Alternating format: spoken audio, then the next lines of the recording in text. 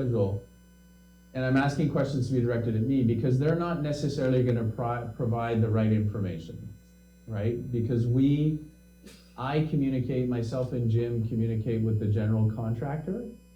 The general contractor has a project manager who's not here all the time, but manages the project. And they have a site superintendent who is here all the time, who we dialogue constantly with. I can show you all the text messages I have from him. But, so we just prefer to streamline all flow of communication. Any questions, please direct them to me. And if for some reason I don't have the exact answer, I will find it for you. I will get you the answer. We're gonna really try to stick to giving those regular updates on Tuesdays and Thursdays for the project. And then more detail will be provided every Friday. So when we write that down, Gloria, hold your question, okay? We'll get there in a second. What's that? It's a statement. Oh, go ahead. I was gonna say, you're talking about the workers that are present and the supervisors that they have. Well, I was sitting on my porch and it was near lunchtime. You can't really see me, you know, from the street. And the supervisor came out and said, guys, come around, I have something to say. He said, none of these cars should be parked here.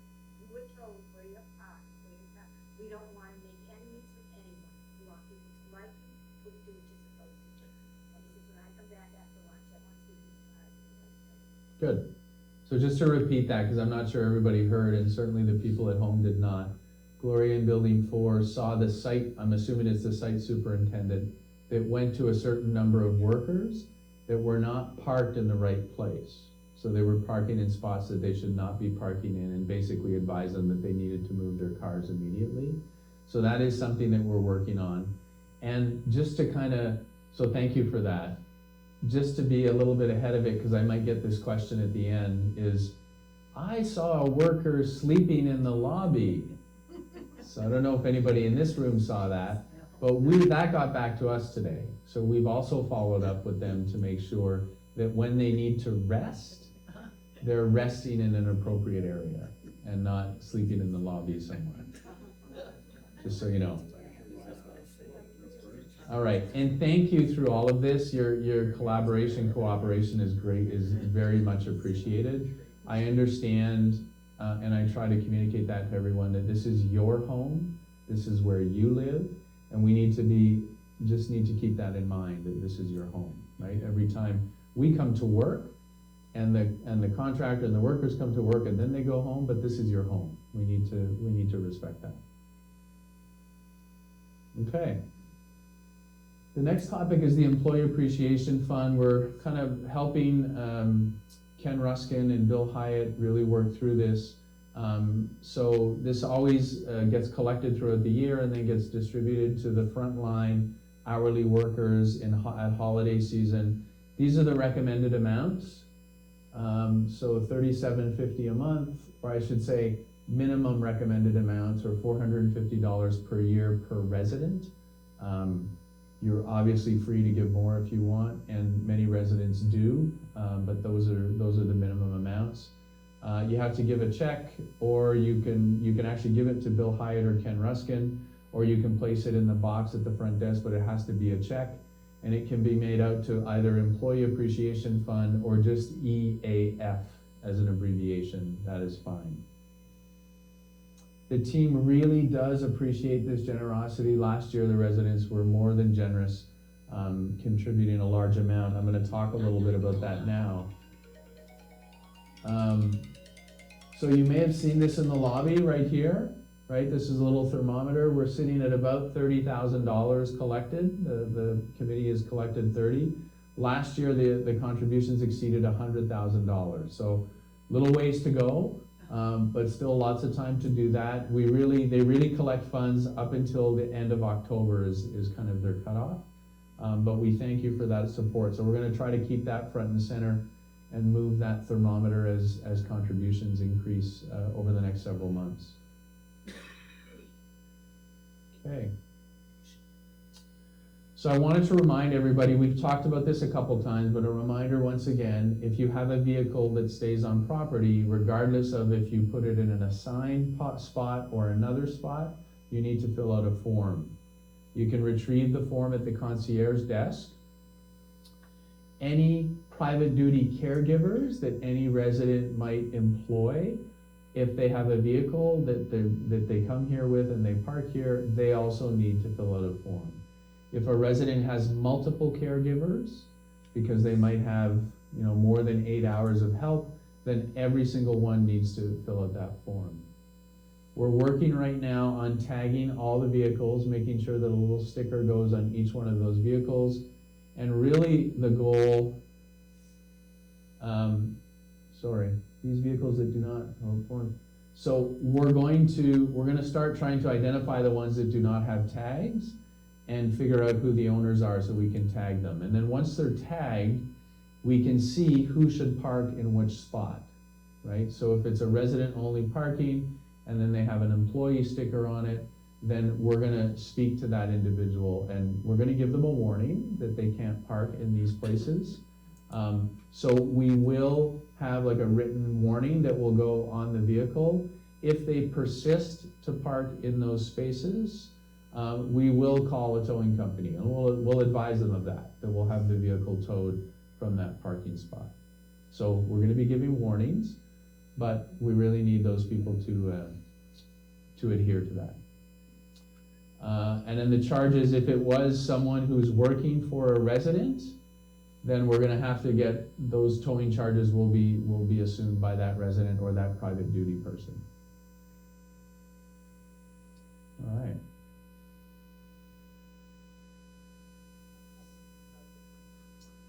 So this has been a bit of a topic over the last little while. We shared with you, I think probably about 10 days ago now, maybe a little bit longer than that RISI Geriatrics, the the nurse practitioner group that comes here and provides services to the resident, made a decision not to use the office space. However, they continue to provide services to the community. So they are still here, the same providers are still here. In the weekly written update last Friday, we provided the names of all the providers, there's 5 of them, with their phone numbers. So you can contact them directly. So the one difference is they are not doing appointments in the office. They will go to your apartment, they'll set up a time to go see you so that you can still consult with them. So that is not changed. We haven't changed any of the providers. I think there's probably been a little bit of confusion. Part of the confusion could be around some of the initial communications that we shared with you. We shared that we are looking at some alternatives, but until we have something definite that we can share with all of you, we are continuing to work with this group, okay? And they will continue to provide those services. So nothing imminent on the horizon. We're gonna continue to get the services from primarily Eileen and Ramona are the 2 key principal people here, but there are 3 other providers that can also be contacted.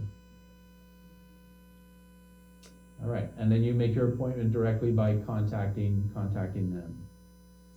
I put Eileen's phone number up here, just as a reminder, and then Ramona, and then these 3 other providers, Riza, Carissa, and Karina.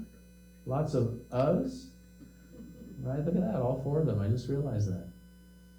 Ramona, Riza, Carissa, and Karina. They're all providers that work with RISI Geriatrics, so they can be contacted for various services. And this information is in the weekly written update from last week. All right. Resident referrals. This is kind of the last piece I wanted to touch on today. So our resident referral program is a program that exists and has existed for a long time. Just as a reminder, if you refer a prospective resident to us, so you are I'm gonna say the first referral source for that person, and you basically give us their information, and you can do it directly with Brooke in sales. You can speak to Brooke directly and say, hey, I have somebody I know, a friend, a family member, they'd be a really good prospective resident. Here's their contact information. You become their referral source. And then you get entered into our system as the referral source. If and when that person moves into the community, you will receive a credit. The total amount of the credit is $3,000. It gets paid in 3 different amounts.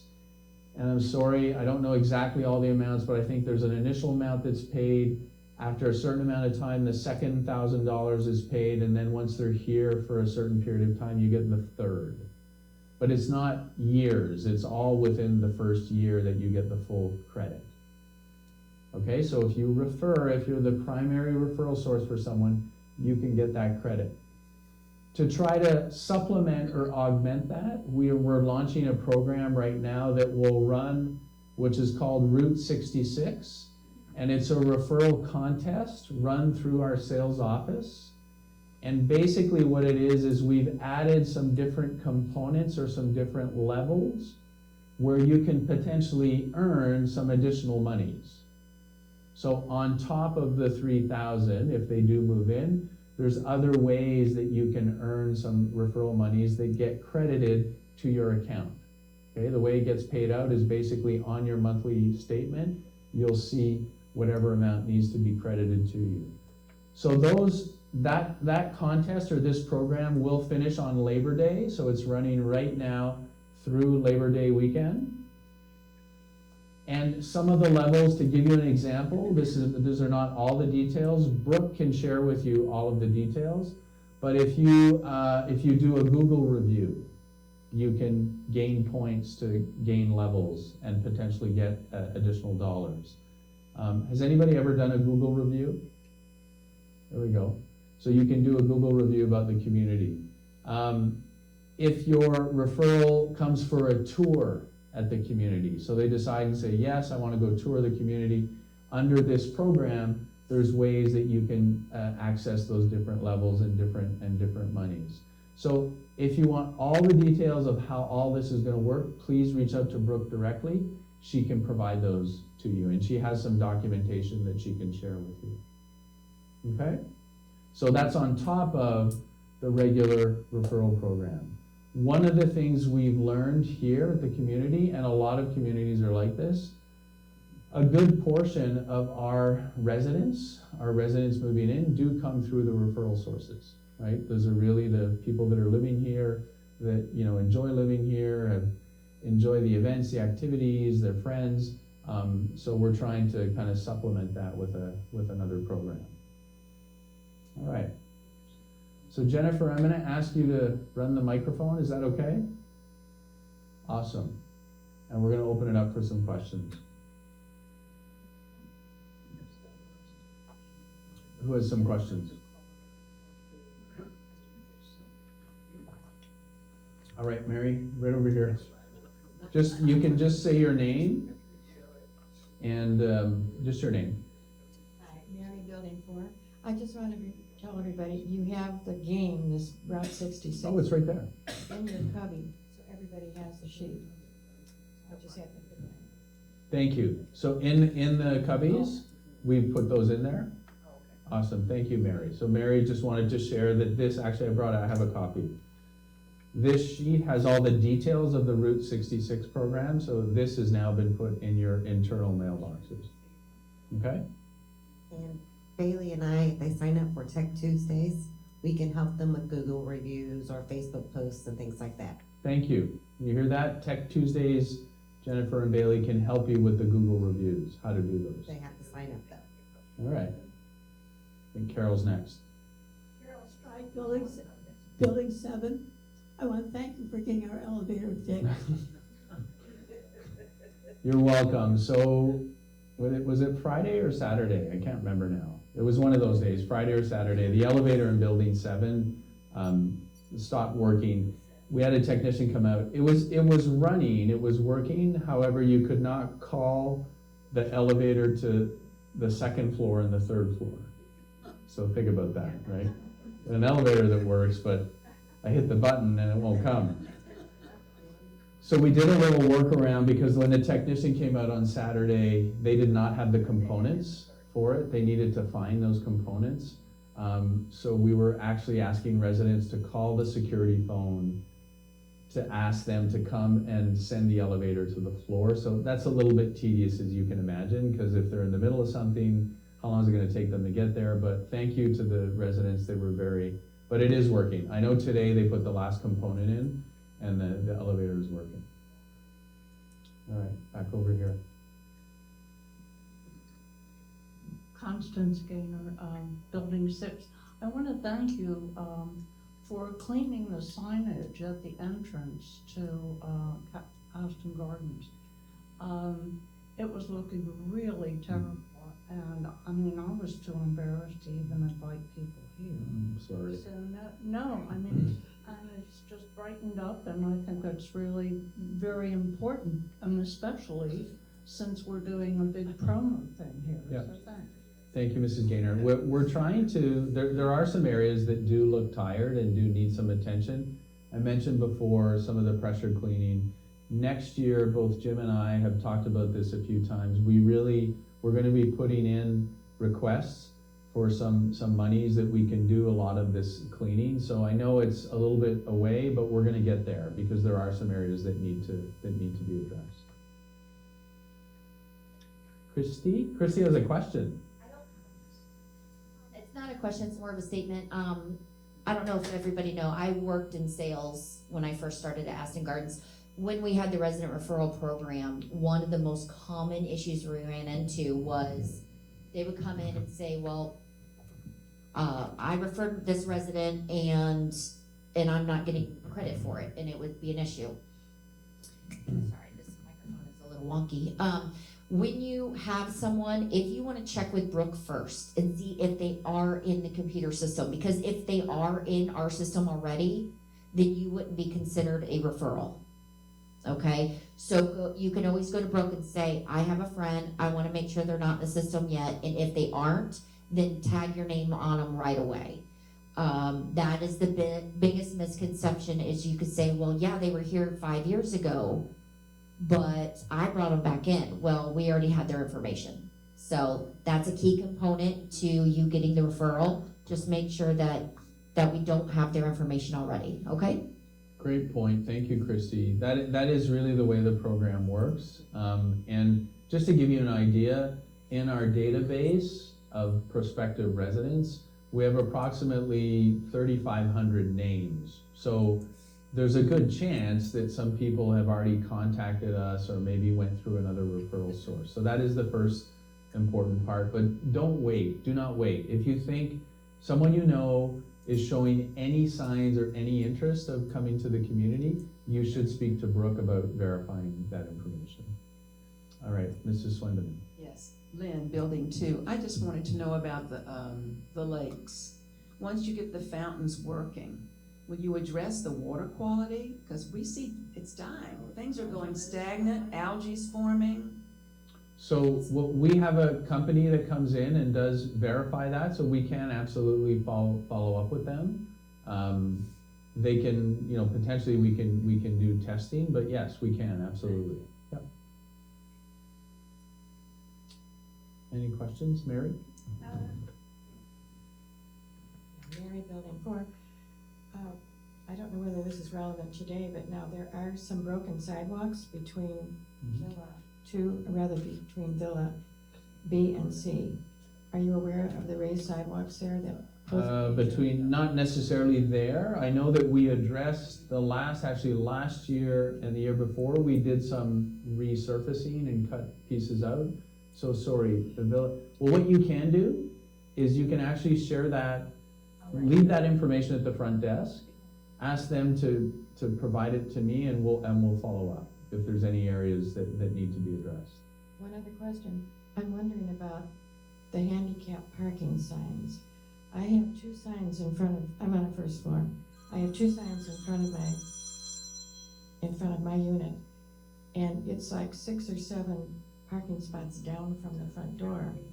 So it seems illogical. We're gonna be, so part of our parking,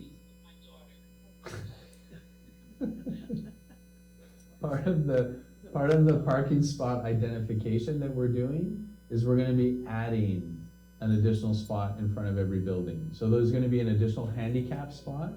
The one thing you need to know about handicap spots is the width, the size of them need to be different. So we're going through that process right now, but we are gonna be closer to the door. We're gonna be adding an additional spot in each one of the buildings. So that's coming. I just thought it was kind of strange that so far from the entrance are these handicap spots that might be 9 or 10 down. It just seems, I think what's happened in the past is specific residents, and this was prior to me being here, made some requests. And I think some of the team members at that point just said, oh, well, there are apartments right here, we're gonna stick a handicap spot right here, which creates that dynamic. So yes, we need to add additional in front of the building. Yeah. Any other questions? Yes, Ginger, hang on, you gotta wait for the microphone. You're gonna have to sing a song after. I'm sorry. Just teasing. Can you stick it as close as you can? Ginger Kid Building 7. I would like to know about hot wire, since it is our telephones are paid by the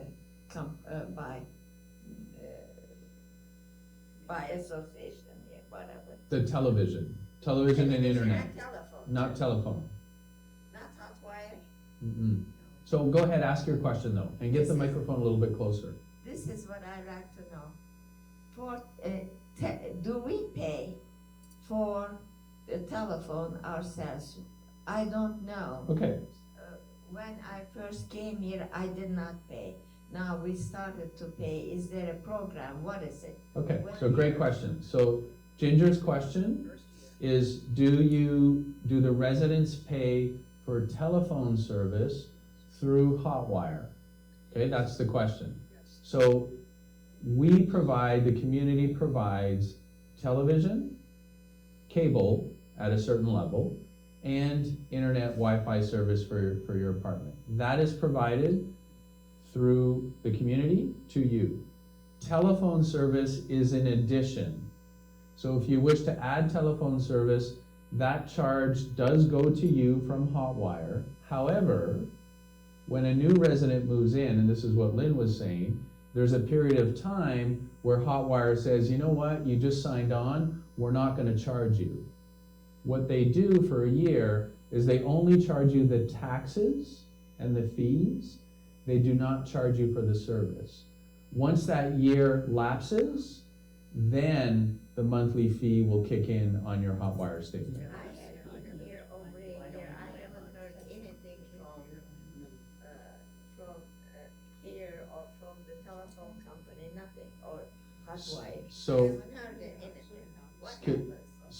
So what Ginger's saying is that she's been here for more than a year, and she hasn't received any information from anyone. And I don't know So- who pays. If I pay, if so- I've given my bank number to them, and if I pay, I really don't know.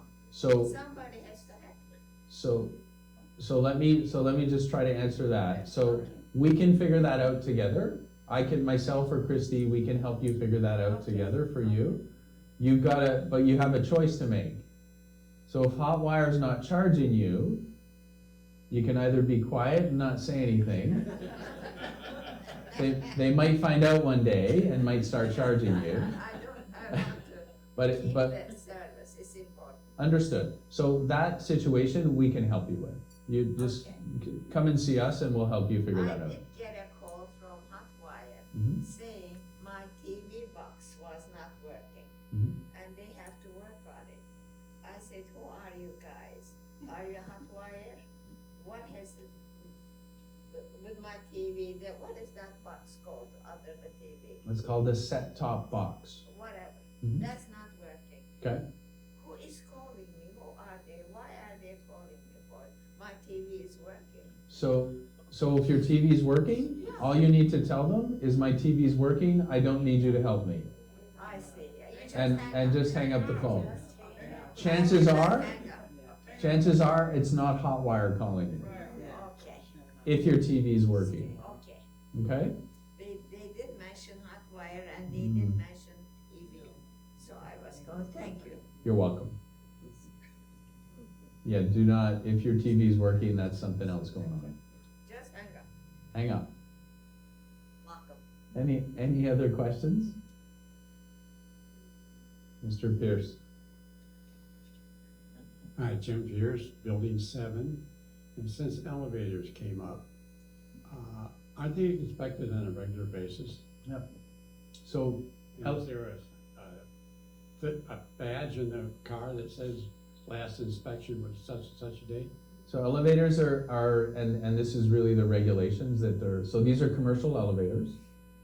I'm gonna preface this by saying there's elevators in the villas that are not commercial, not considered commercial elevators, so that's a different thing. So I'm talking about the elevators that are in the residential buildings. Yes, they are to be inspected annually. We've just had our inspections, we've received our certificates, they're going in the next week. One of the, dropping the ball, is the previous years were not put into the cabins, and they should have been. We have them on file, they were not put into the cabins. So the elevators have been inspected, they're fine, and those certificates need to be put in. Jim and I were talking about that this weekend, that we need to have them in there by August 1st, so I think August 1st is next Tuesday. They'll be put in the cabins.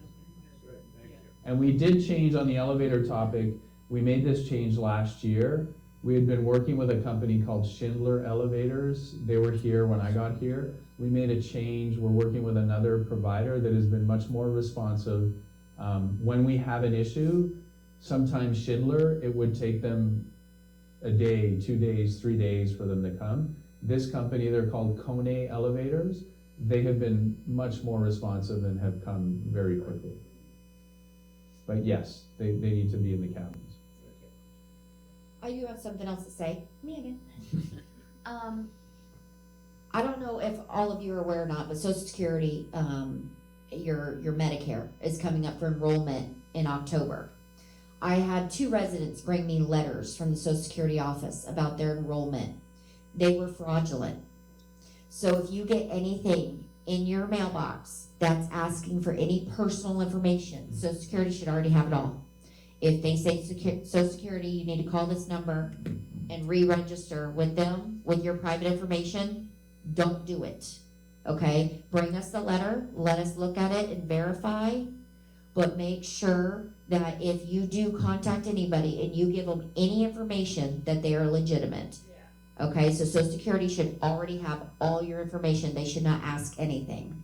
They may ask you to verify that it's you, but just bring us a letter, let us know, or a phone call so that we can verify, because there's gonna be a lot of scammers coming out now that the Medicare benefit is up for renewal, okay?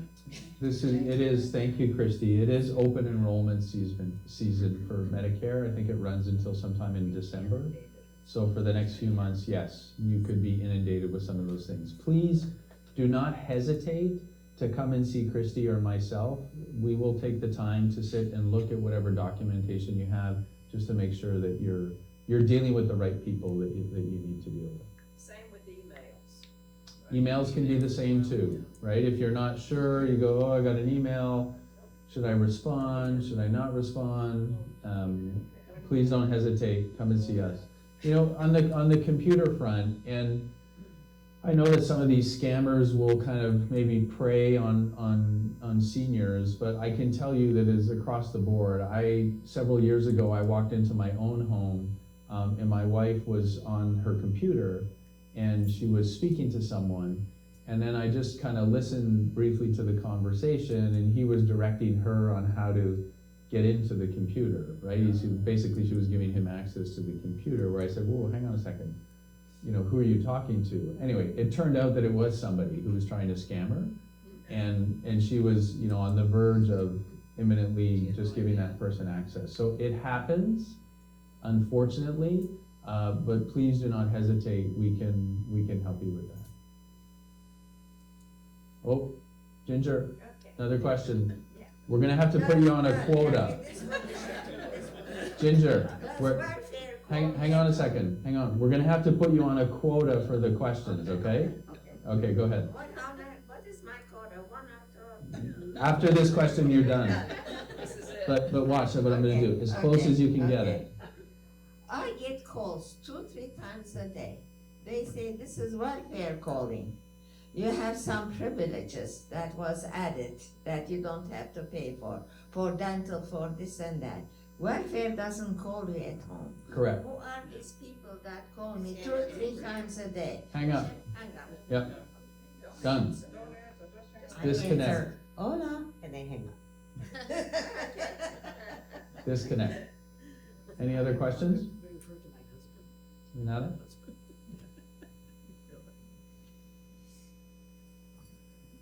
Another building 6. I have a question about the trash, where the trash cans are, the rooms, if they get painted or cleaned. The inside part, as part of this project? Yeah. No, they will not. That's on our team to do that. Wow. They're not gonna be painted. They're so dirty. Okay. Same with the way out too. When I said welfare, I meant Medicare. Out to the external doorways. The emergency exits. Oh, filthy. So what is under this project are the hallways. Okay, so just visualize what's within the scope of that hallway will be addressed through this project. But ours is in the middle of the hallway. Pardon me? Our trash, Correct, so the outside part of the door is gonna be painted. We're not painting the inside of the trash room in this project. Like we're not painting the storage rooms, we're not painting the inside of those areas. Like a cleaner. Correct, I hear you. Yeah, no, I heard it. I got it. Inspect it, Mark. I got it. Yeah, well. Come see for yourself. Thank you, Lynn. Appreciate it. I'm gonna get you on my schedule. Go ahead, I Gloria. noticed that there's a young lady that comes and, every morning sweeps the foyer where we are. Mhm. And maybe she could go in, or we could have an assignment that is done, because it really is not nasty. Yeah, It's not it- just unpleasant, it's nasty. Yeah, it needs to be a combination effort. It needs to be a combination between housekeeping and maintenance because of the removal of the receptacles. All of that coordination needs to happen. Yeah, I hear you. Any other questions? All right, well, thank you. Thank you for coming. Thank you for spending time. Have a great day.